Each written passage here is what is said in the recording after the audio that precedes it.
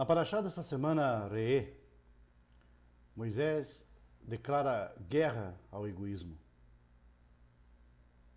O egoísmo que é a origem da ambição e da luxúria. Moisés teme o egoísmo e por esse motivo move uma guerra total contra ele. É grande a sua vontade de expulsá-lo de todos os aspectos da vida do seu povo, do seu país, que está para surgir então sobre as ruínas de Canaã. Dessa forma, a paraxá dessa semana aborda o desenvolvimento de armas adequadas para o combate ao egoísmo, apresentando regras, mandamentos e leis cujo cumprimento rigoroso tem o poder de derrotá-lo. Este é um sistema de coerção que interfere na vida privada, interfere até mais do que necessário, mais do que seria necessário para a manutenção da ordem pública. Mas sua concretização tem o poder de construir o caráter de cada cidadão do país da Torá, moldando a cultura da própria sociedade. Em sua essência, esse sistema não se distingue dos hábitos de higiene que impomos a nossos filhos quando lhes damos as primeiras noções de cultura, de refinamento, qualidade de vida. Pois a cultura reside, na verdade, em termos de restrição e limitação. Qual seria, portanto, o ponto fraco do egoísmo no qual Moisés direcionou todos os seus esforços? O amor ao dinheiro. Este amor profundo marcado no coração de cada um de nós. O homem sente-se bem em companhia da riqueza que acumulou com o suor do seu rosto. Ele irá guardá-la e protegê-la de qualquer mal, mantendo-a tão próxima de si quanto possível, da mesma forma que o recém-nascido busca constantemente a proximidade com a sua mãe. Esta vontade de proteger a riqueza desenvolve em seu coração diversos mecanismos de defesa, exigindo um nível determinado de insensibilidade. As necessidades alheias da sociedade, do país, precisam ser encurraladas em um canto longínquo da consciência e dos sentimentos. Afinal, quem é que gosta, por exemplo, de pagar imposto de renda, apesar de saber que o dinheiro do imposto serve para manter toda a estrutura do Estado? Assim, o cidadão percebe apenas a sua própria existência.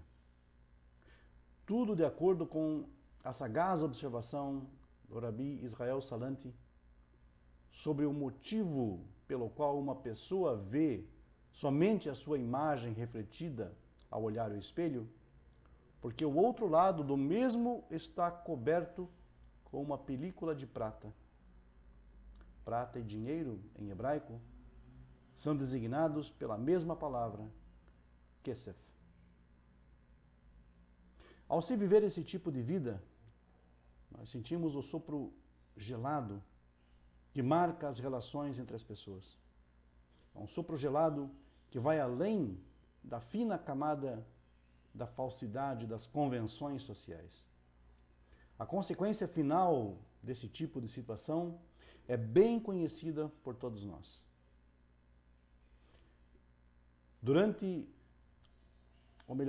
Diante desta realidade de vida, Moisés impõe um arcabouço de mandamentos que tem por objetivo salvar os filhos de Israel da sua própria cobiça. Vamos examinar aqui então uma parte desses mandamentos.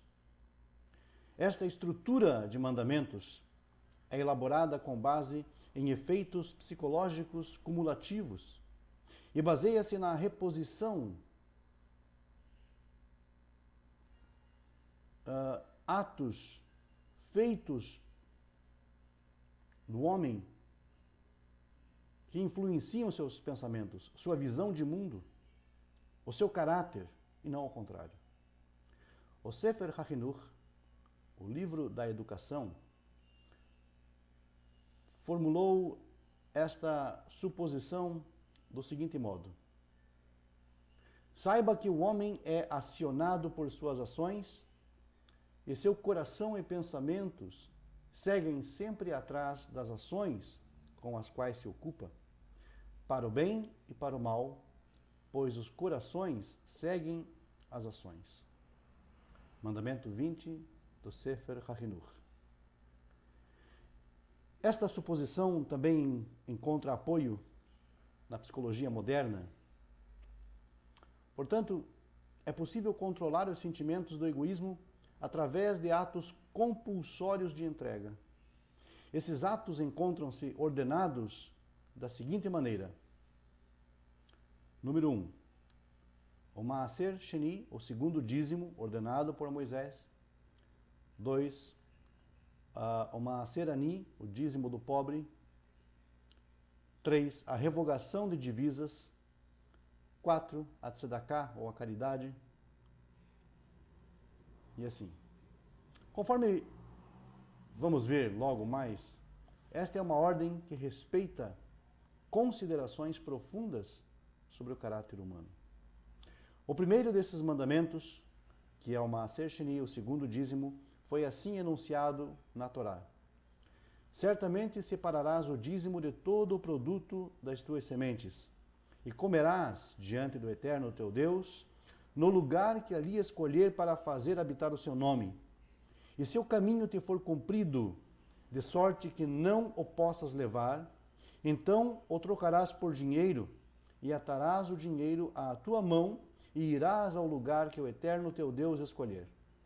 E darás esse dinheiro por tudo o que desejar a tua alma, por gado, por vinho, ou por vinho velho, e comerás ali, e te alegrarás, tu e a gente da tua casa.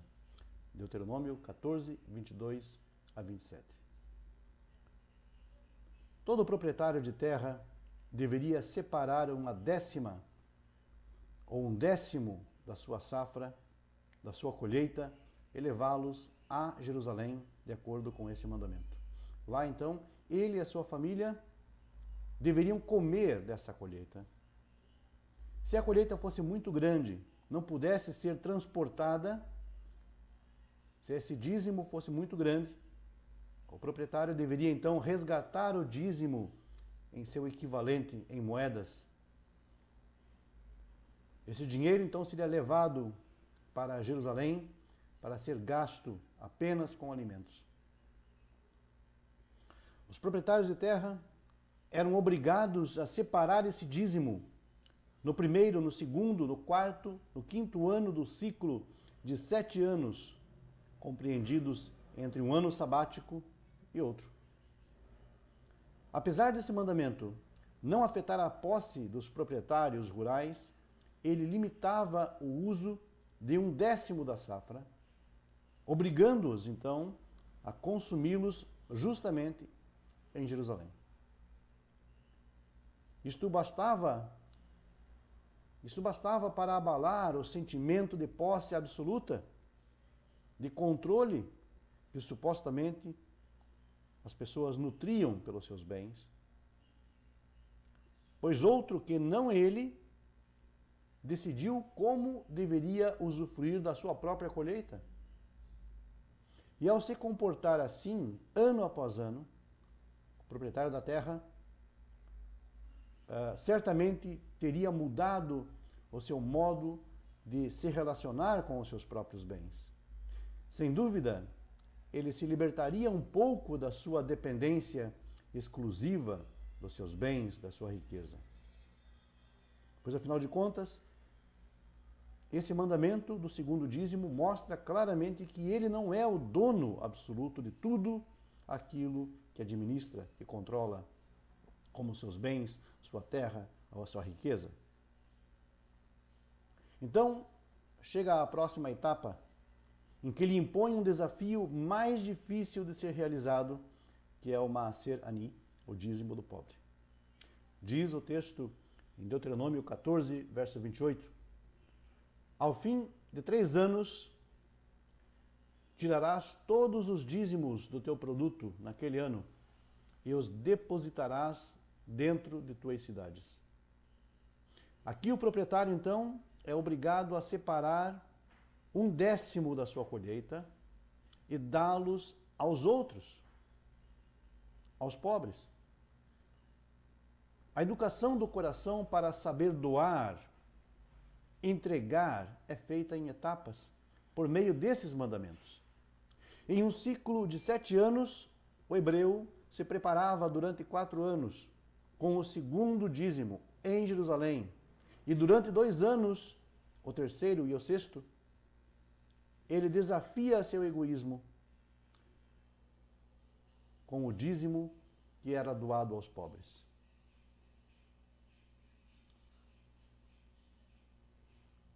E a pedagogia da Torá não para por aí. Ela segue exigindo um desempenho, um desprendimento ainda maior dos seus alunos. Ao entregar a ordem de comer o segundo dízimo e a separação do dízimo do pobre e todos os assuntos correlatos que necessitam de estudo e costume e aos quais a natureza dos homens é oposta, a Escritura prossegue para assuntos que lhes são ainda mais opostos. Segundo a Rabi Yitzhak Azarma. E o assunto que se opõe à natureza humana, ainda mais do que os 2 dízimos que já mencionamos, é o seguinte mandamento. Ao fim de cada 7 anos, farás o ano sabático. E é este o modo do ano sabático, que todo credor que emprestou ao seu companheiro o deixará, não reclamará ao seu companheiro, nem a seu irmão, porque chegou o ano sabático para o Eterno. Mas lhes abrirás a tua mão e lhes emprestará o suficiente para o que lhe faltar. Guarda-te, para que não haja uma coisa perversa em teu coração, nem digas, aproxima-se o 7º ano, o ano sabático, de modo que o teu olho seja mal para com teu irmão, o mendigo, o pedinte, e não lhe des nada. Deuteronômio 15, versos 3 a 9. Temos diante de nós o mandamento do perdão de dívidas. Um mandamento que proíbe a cobrança de dívidas ao final do 7º ano. Moisés acrescenta algumas dificuldades a esse mandamento e exige que as pessoas não sejam perversas em seu coração ao evitarem empréstimos ao próximo antes do ano do perdão de dívidas, ainda que estejam cientes da pequena possibilidade de reaver o seu dinheiro. Este é um nível muito elevado de entrega. A pessoa capaz de alcançá-lo já domina o seu egoísmo natural de forma bastante clara e consciente. Seu coração consegue ver as necessidades alheias. Sua personalidade já extrapolou os limites estreitos do interesse egocêntrico. A partir desse momento, a pessoa está preparada para um salto ainda maior, para exercitar-se a um nível ainda mais elevado, que é determinado pelo mandamento da Tzedakah, expresso no seguinte verso de Deuteronômio, capítulo 15, verso 10, mesmo que seja muitas vezes lhe darás, e que teu coração não seja mau quando lhe deres. O sábio comentarista Rabbi Yitzhak Arama esclarece este ponto em seu livro Akeidat Yitzhak. Ele explica que, ao contrário de empréstimos que na maioria das vezes retornam ao seu dono, aqui é exigido que a pessoa simplesmente dê de antemão para que não seja, então, devolvido. E isto é mais difícil na natureza humana. A alienação imposta dos próprios bens sempre é difícil. No entanto, por meio desse desligamento dos bens, por meio desse desenlace, desse desapego, o homem ganha uma riqueza ainda maior. O processo nos é iluminado pelo seguinte midrash: e de onde sabemos que se abrires tua mão ao pobre uma vez, terminarás por abri-la até mesmo 100 vezes? As Escrituras nos ensinam, diz o Malbim, mas lhes abrirás a tua mão, Deuteronômio 15, 8. E seu significado, segundo os nossos sábios, é este. Isto é uma promessa. Se você não cerrar, não fechar o punho e abrir a mão uma vez, será possuído pelo Espírito generoso e abrirá sempre. Conforme foi dito, a imposição com fins educativos contida neste mandamento acarreta uma bendita transformação de caráter. Ela desenvolve em seus seguidores a generosidade, a sensibilidade. Essa é a função da mitzvah, do mandamento. Ao dizer que o ego cresce e se fortalece, estamos dizendo que o campo de interesses do homem cresce e se fortalece. Uma sociedade cujos indivíduos se aperfeiçoam continuamente nessa doutrina de entrega é uma sociedade feliz e saudável, que não conhece a pobreza, menos ainda a pobreza de espírito, e na qual jamais alguém causa sofrimento ao próximo. Não é de se espantar,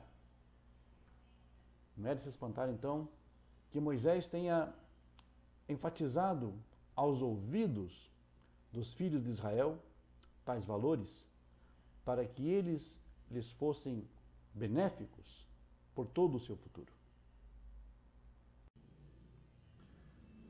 Re anochi noten lifneichem hayom beracha uklala. Vede que eu coloco diante de vós hoje a bênção e a maldição. Amar bar kapará, hanefesh ve'atorá nimshelu lener. Hanefesh dichtiv, ner Hashem nishmat adam. Ve'atorá dichtiv, ki ner mitzvah ve'torá or. Amar HaKadosh Baruch Hu le'adam, neri beyadcha ve'nercha beyadi, im tishmoret neri ani meshameret nercha. Disse o Rabino Bar Kapará, o sábio Bar Kapará, a alma humana e a Torá são comparáveis à luz. A alma, como está escrito, a alma do homem é a lâmpada do Eterno, e a Torá, como está escrito, porque o mandamento é uma lâmpada e a Torá é uma luz.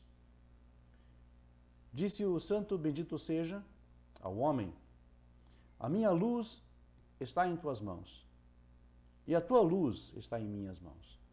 Se você cuidar da minha luz, da minha Torá, eu cuidarei da tua luz, ou seja, da tua alma, da tua vida. A Parashat Re'eh significa vede ou vejam. E Moisés diz para os Bnei Israel: Re'eh, vejam, em nome do Eterno. eu coloco diante de vós, hoje, dois caminhos distintos. Caminhos bifurcados, um que conduz a brachá, a bênção, a felicidade, e o segundo que pode levar a klalá, a maldição, a desgraça, ao infortúnio. A Torá não exige de vocês, parafraseando o texto, obediência cega, submissão incondicional. O que ela sim reclama é meditação, atenção e estudo, para que vocês possam verificar que a berachá, a bênção, consiste no cumprimento das mitzvot e que a klalá, a maldição, o infortúnio, baseia-se no desrespeito aos ensinamentos éticos e morais que dela derivamos. E o Midrash interpreta esta norma da seguinte forma: não é para o vosso mal, não é para o vosso mal que eu vos dei bênçãos e maldições, mas sim com o único intuito de vos ensinar o caminho a seguir, para que possais receber a devida recompensa, que é a enorme satisfação de poder praticar o bem. A Torá não vos obriga a fazer automaticamente, sem prévio aprofundamento e estudo. O que ela deseja é que seja praticado com determinação de raciocínio. A escolha está em vossas próprias mãos, no livre-arbítrio. O homem pode escolher sim ou não. O homem pode escolher vida ou morte. O homem pode escolher berachá ou klalá, bênção ou maldição.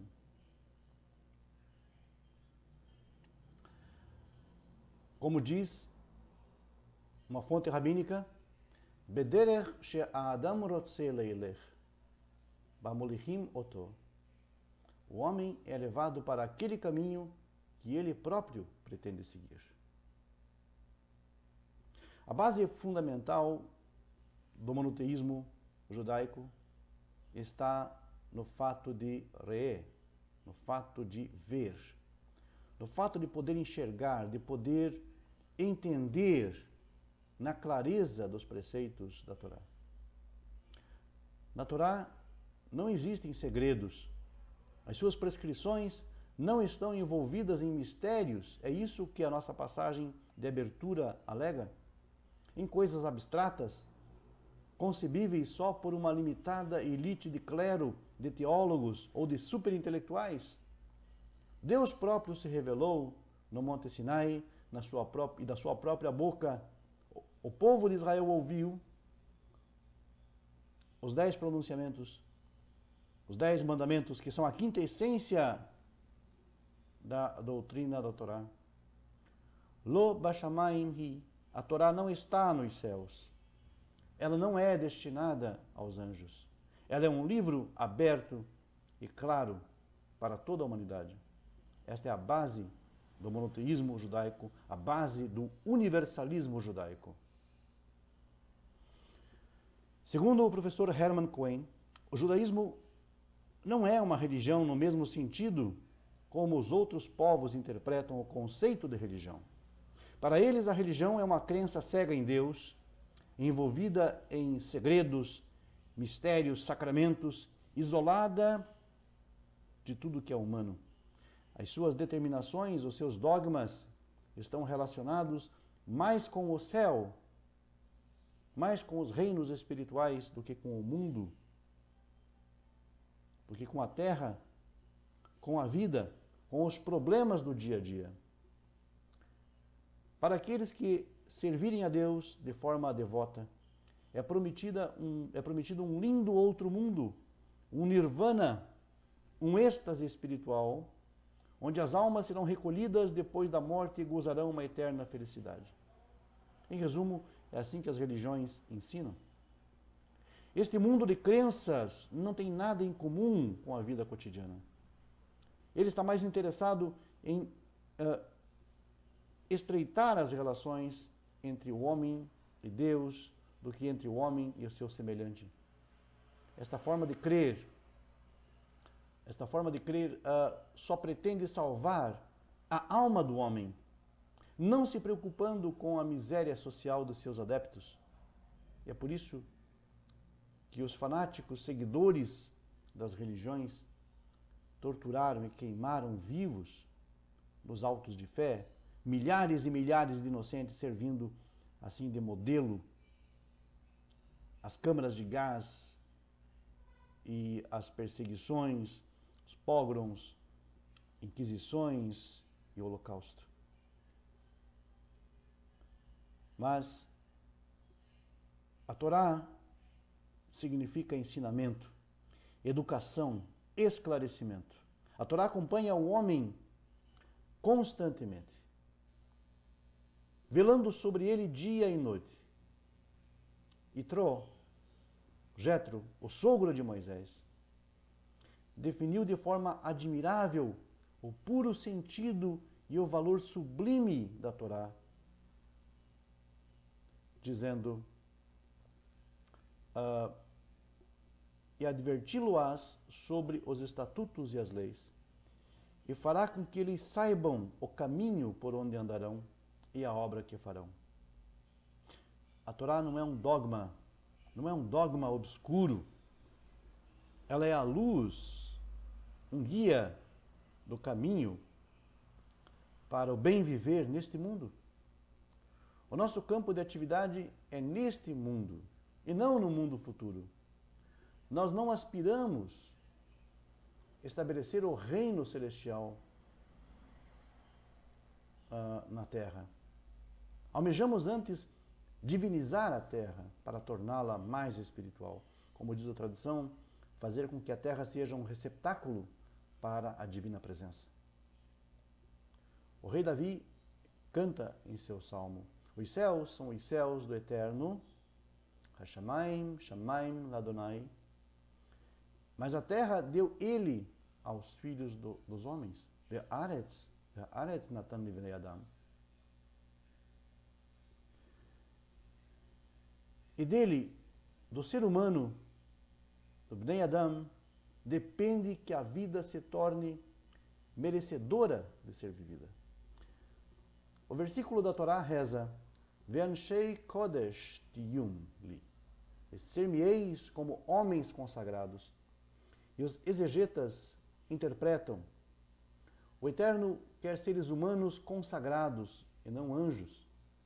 E por ser a Torá um Sefer Achaim, um livro da vida, é interessante notar quantas inúmeras vezes é destacado o fator vida. É por isso mesmo, segundo o Rabi Yehudah Halevi, na sua obra filosófica O Kuzari, que a Torá não menciona o outro mundo. Você não vai encontrar menção na Torá acerca do Olam Rabá, do mundo vindouro, de recompensas num futuro. Você não encontra nada disso na Torá. Na verdade, a Torá não nos promete nada, absolutamente nada, depois da morte, exortando somente com ênfase o Vahartá Bachaim, escolhe, pois, a vida. O monoteísmo judaico é uma concepção filosófica, uma civilização, um estilo de vida, uma maneira peculiar de pensar e de crer. Todos os preceitos éticos e sociais da Torá estão denominados pelos mestres como sendo halachot, normas. E no Talmud nós temos o seguinte dito: Tana debei Eliyahu, kol hashoneh halachot muftach lo, shehu ben olam haba, sheneemar halichot olam lo al tikrei halachot, ela halachot. Aquele que estudar as leis, lhe é prometido que será sua cota no mundo do além. Como está escrito na profecia de Abacuque 3:6, halachot, segmento eterno. Não leia halichot, segmento, curso, rumo, mas sim halachot, leis. E no Talmud afirma-se ainda que halachot ein atudim levatei sheneemar halichot olam. As leis não serão abolidas, anuladas, pois está escrito rumo perpétuo. Essas afirmações que citamos nos conduzem à conclusão de que não se trata de um jogo de palavras, mas sim de convicções sólidas, ou seja, os caminhos, as diretrizes, as halachot, porque halachot significa exatamente o jeito de andar, o modo de andar, e os rumos perpétuos de Israel estão inseparavelmente entrelaçados com as normas e as regras da Torá. Todas as mitzvot têm uma única meta: nos orientar, nos capacitar a compreender o verdadeiro sentido da vida. Eis o motivo pelo qual então Moisés exclama: Re, veja, abra bem os olhos, esse é o desejo do Eterno.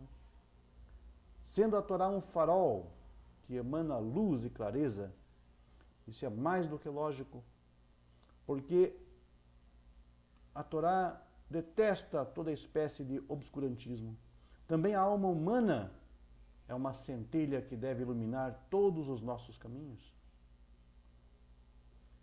E é isso, então, a única e a maior ambição da nossa missão. Velar para que ambas as chamas da Torá e da alma, da vida, fiquem perpetuamente bem acesas, pois só assim, então, nós despertaremos o entusiasmo e a vibração pelos valores eternos de um monoteísmo vivo e criativo. Muito obrigado a todos e até uma próxima oportunidade. Emir Tzir Hashem.